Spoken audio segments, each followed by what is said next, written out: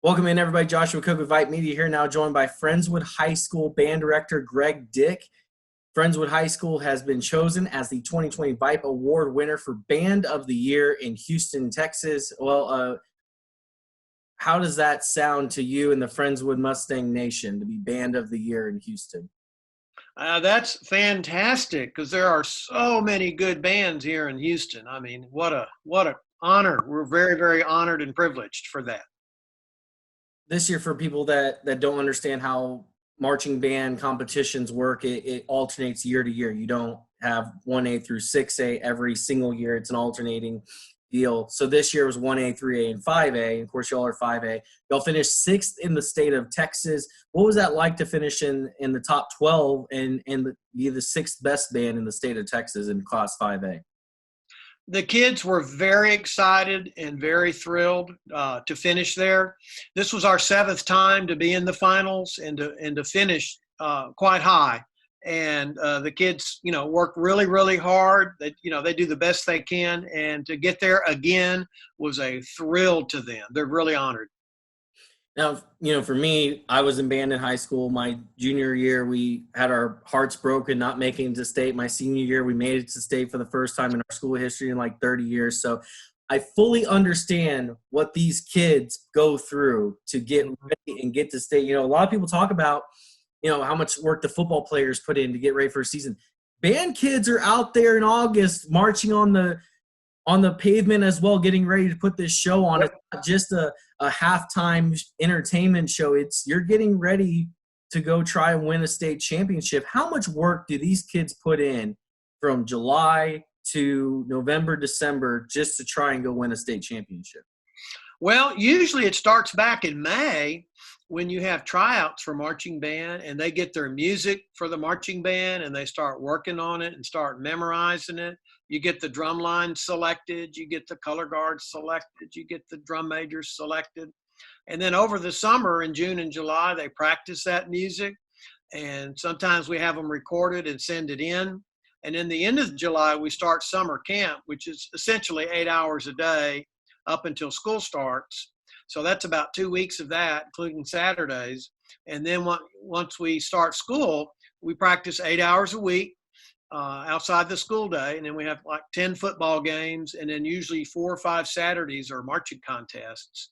So you add all that up, the number of hours, it's just tremendous what these kids put in. And they're to really commended for their commitment and their dedication. And they love it too. They really enjoy it. For y'all, a lot of times people see the halftime shows and sometimes it's the most recent movie theme or Star Wars, or it's a very classical theme. There's a lot of things that go into picking your show, especially when it's a state year. What went into picking your show for this year, and what did you end up picking for this year's show? Well, you try to find something that the crowd will enjoy, and at the same time is challenging enough to be competitive at the state level. So there's a real balance there to do that. So we throw around ideas starting from the previous marching season, which is December on. We're throwing around ideas and music that we like and ideas that we like until we, come up with what fits our band, our brand of marching. And this year we did a show called The Barbers, and it was the music of a composer named Samuel Barber. It was the music from the Sweeney Todd movie musical, because he was a barber, a bad one, but he was a barber. And then The Barber of Seville, which everybody knows that. Even Bugs Bunny did a Barber of Seville cartoon. So it was music that was familiar to people and yet challenging. And we were able to make a visual production of that with some barber chairs on the field. And we sort of took a Sweeney Todd visual approach to it. I wouldn't say it was dark, but it wasn't, light for that matter. And it kind of had a barbershop on the field and things like that. And the kids really got into it. They liked the music. They liked the idea. And so it was good. We enjoyed it. It was great. We talk about the halftime show a lot, and I think one of my favorite parts of Texas high school football on a Friday night is the moment the band starts marching into the stadium, and it's a and you can tell who the band parents are as they get excited and stuff. I mean, people get excited when the football team runs out, but when the band starts coming in, what's it like in the Friendswood community on a Friday night when that Friendswood marching band comes marching into the stadium to get everybody ready for game night? It's amazing because the band hall, the school's right next to the stadium. We're right on the same property.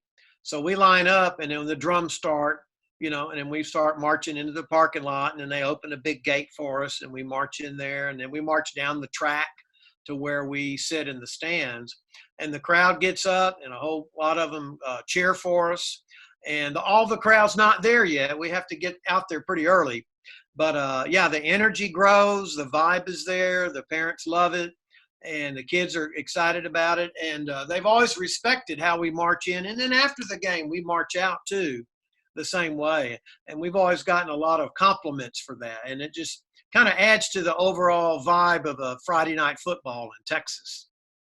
How much do you enjoy just during the game, getting to kind of choose like what songs are played when, and kind of because there's kind of there's some points to it, to what you're doing. Yeah, you're trying, your very best to keep the crowd energized and motivated to help the football team. And so, we can play when we're on defense. And then we play little tags of the fight song every time we have a first down, during offense. So we have to be careful. And then the drums play cheers and cadences along with the cheerleaders and stuff like that. So yeah, you kind of get a feel for that after doing it for a while. But our job is to support the team, to get the town excited about Friendswood football, and just to be a part of the whole activity. Well, I can tell you this: as exciting as Texas high school football is in itself, it would not be the same atmosphere without the band, the cheerleaders, and I mean, it's a full-on production, and that's why I'm a full bandy myself, so that's why I'm getting excited. I'm getting chills just thinking about the bands walking in and stuff.